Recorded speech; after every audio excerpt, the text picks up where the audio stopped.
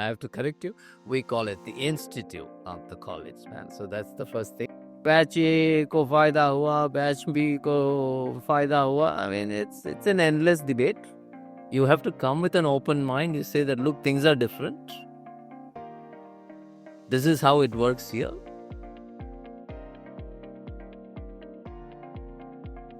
Greetings. We are from the Board for Student Publications, and we're here today with an interview with Professor Narayanan Kurur, the Dean of Academics at IIT Delhi. Professor Kurur, we're curious as to what incoming freshers can expect from the college in terms of academics. Okay. Yeah. First of all, thanks for this interview. And again, I have to correct you. We call it the institute of the college, man. So that's the first thing. Then I guess I would like the first years to know. This curriculum for people who are here, it's a change. But for those who are coming, it's probably, since anyway it's a change, so it's not a big deal. I think. The curriculum review happens periodically. Frequency is about 10 years. This time it's been 12 years. It has two parts to it, in some sense. One is that we take our learnings from the previous curriculum. What works, what does not work. So that's one part of it. And the other part is keeping up with the times. So every curriculum review will have both these components. How it happens is through a lot of things, stakeholder engagement, etc., etc. Let's not get into that. So this curriculum review has both these parts. And primarily it has to do with flexibility, hands-on learning. These are, you might call it, what is that we have gained from our previous experience. And then there is this thing of keeping up with the times we believe that environment and sustainability is going to play a key role, not only in terms of jobs and what people will focus on, but also in society and the world at large. So there's that component, and then there is this emerging trends, which is like AI, healthcare, etc., etc. So this, so the curriculum will have this. Flexibility is at various levels. Since you all have been already here, we have basic science, we have engineering, arts and sciences in your terminology, and then we have departmental core and departmental elective. In addition, you have the humanities, social sciences, and then you have some open trades. Open is open, so that's flexibility for you. That, I think, if I remember right, that is unchanged. So, if you thought about it, the departmental core and elective form the depth, and it's built on the breadth of basic science, engineering, arts and sciences, HSS and OC. Presumably, you'll take your OC also for breadth, but if a person chooses to do it for depth, that's also fine. So in that sense also there is flexibility. So in the unlikely event that you consider higher studies, then you could take more departmental courses as part of your OC. And so it's almost 50-50 breadth and depth. Overall, in terms of, which is what y'all are worried about, I think every department has seen, or every program has seen, a drop in credits. I think the max is about 150 now, if I'm not mistaken. Oh, which is down from before. I think in general there is a drop in the number of credits. And in each of these categories now we have choice. In that basic science, student has one choice. The other basic sciences, it's unlike now where it's one size fits all. Here it is program specific. So different programs will have different basic science requirements. So if you are in, what is your branch? Mechanical. ME1, 2. ME1 or 2? ME1. ME1. And you? I'm in computer science for you. So in your basic science, the physics requirement for CS may be different from the CS requirement for ME. So but that's not your flexibility. But at least it's not one size fits all. And then one BS course, not BS, one BS course is student choice. So physics, chemistry, and biology is one course, one theory and one lab of physics and chemistry, one course in biology, 2 courses in mathematics, which is one size fits all. Everybody will do the 2 math courses, and everybody will do a programming course. Well, don't call it programming, call it computing science if you wish. So that is, but there's one course in basic science which is student choice. You could take it out of chemistry, physics, or biology, or mathematics. Similarly, engineering, arts, and sciences is no longer called that. It's called general engineering. Once again, it is determined by the programs and not by the institute. So we don't mandate anything. We mandate some number of credits. Once again, in that basket, I think you have 24 credits, of which one will be student choice. All right. I suppose another question that a lot of incoming freshers would have is around the department change, particularly given that all branches have their own departmental courses. So how would department change work? Would those extra courses be considered? So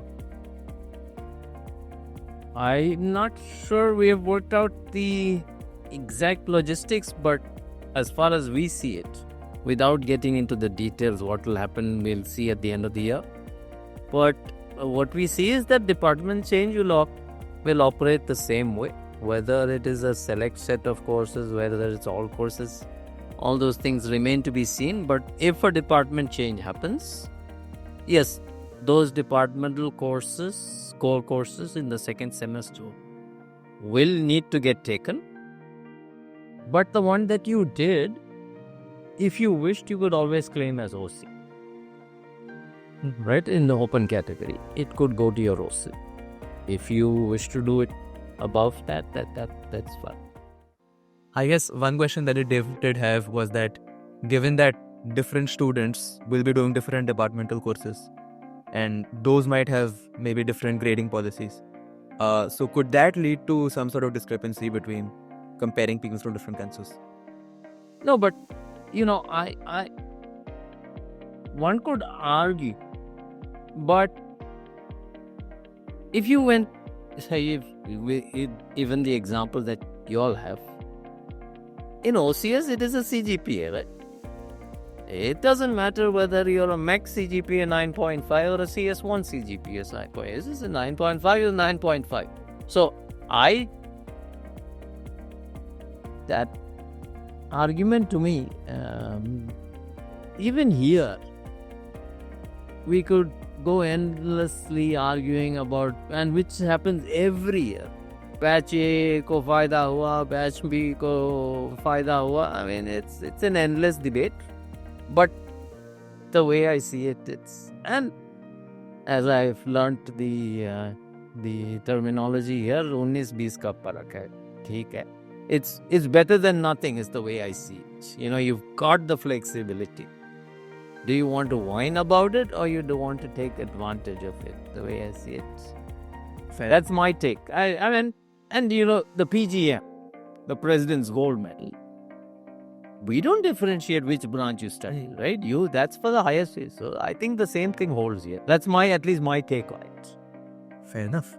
All right, maybe we can move on from the topic of department change. Freshers will have enough time for that in the next year.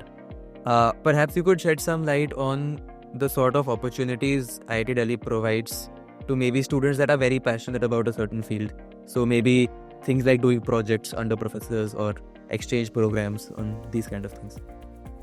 I think, there are other things that, in addition to projects and all that this curriculum has afforded. One is we now have something which is called honors, which doesn't exist now. And the BTP2 is only offered to people who are now signing up for the honors program, which means that in addition to mechanical engineering, if you did some number of credits and you did a project in the thing, you will get what is BTech honors. In addition to whatever, this minor area, or what is the other one? Specialization. So that's one, that's as far as the curricular aspect is concerned.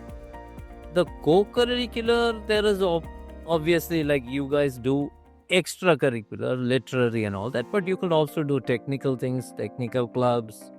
That's another place where people end up trying their interests. And we have 650 faculty members. So if one is passionate about research, I'm sure there are opportunities available. We also have schemes like the Sura. We have 1, 2, 3, 4. There are various schemes that are available for people who want to do research. We also, since last year, we have this thing which is called the UG Conference Travel Award. So if you are doing research and you end up presenting a paper, or your paper gets accepted in a conference, we give you up to 2 lakhs to travel and present your paper. So I think opportunities, there are enough. And exchange, of course, exists. I think the problem is that exchange, the country one wants to go to, which is English speaking probably, is probably rather limited. So how much it gets used, it's there. These are all opportunities. I think that's the way I see it. Yes. Fair. I'm sure that was very insightful to the freshers. Maybe you can just give some general closing remarks, maybe some advice to the incoming freshers, and then we could wrap this up. I don't know if I have any advice to give, but although I started off by saying we call this the institute, finally it's a college education. All right, let me call it an undergraduate education. I don't call it a college, but it's a college education. And the transition from school, and specifically in the Indian context, coaching, to undergraduate college education is a little bit difficult to handle. And you have to be, the way I see it, you have to be adaptable. If you expect everything to be like what it was in school, mein coaching mein bhaiya ye karwate the, wo karwate the, then you're going to struggle. You have to come with an open mind. You say that, look, things are different. This is how it works here. And it's Darwinian theory. Strongest is not the one who will survive. The adaptable is the one who will survive. So if you don't adapt, when, as you say, right, that cliched expression, when in Rome, do as Romans do. Not to say that, look, JEE coaching mein aisa hota tha, to wahi chalega. That's not going to happen. We teach very differently. We expect you to do the work outside of class. And as I tell students, look, at the end of the month, I get my paycheck. I'm not in this business of making people pass the course or anything like that, or getting good grades. My job is to get you to think about the subject and to learn. So I only show the way. As a teacher, my job is to only show you the way. After that, it's your work. Yes. And again, as in college, you'll make mistakes. That's just, we'll try new things. Many of you are probably going to come out of your homes for the first time. There's freedom. So you can use it or you can misuse it. Time management is a big issue. Leaving home first thing. The other thing is not being sort of imprisoned for 4 years, only slaving away at your books. That's a big release. So you have to be careful. But people have come before us. People are going to come after us. We make mistakes. It's also about how quickly you learn. And finally, you have to be responsible. You are responsible for whatever it is, actions or poor actions, whatever it is, you are responsible. You can't be blaming other people for this. That takes a little bit of learning that, look, I am responsible for what I do. If I screwed up, I screwed up. It's nobody else's fault for it. So, yeah, but you can enjoy yourself. And yeah, the other big shock, I guess, this is not advice, I'm just telling you myths. And the other big shock is that, look, you're coming, most of us would have come here as class toppers. And you come here and you're thrown into a sea of toppers. And some will be at the top and there will be some who will be at the bottom. That takes some learning. That, look, you may not be doing as well as you were in school. That's again something you have to get used to. It's there. It's a shock, but I think it'll happen. But again, you should be prepared for it. And make friends. Don't get stuck to your devices. That's a big problem, I think.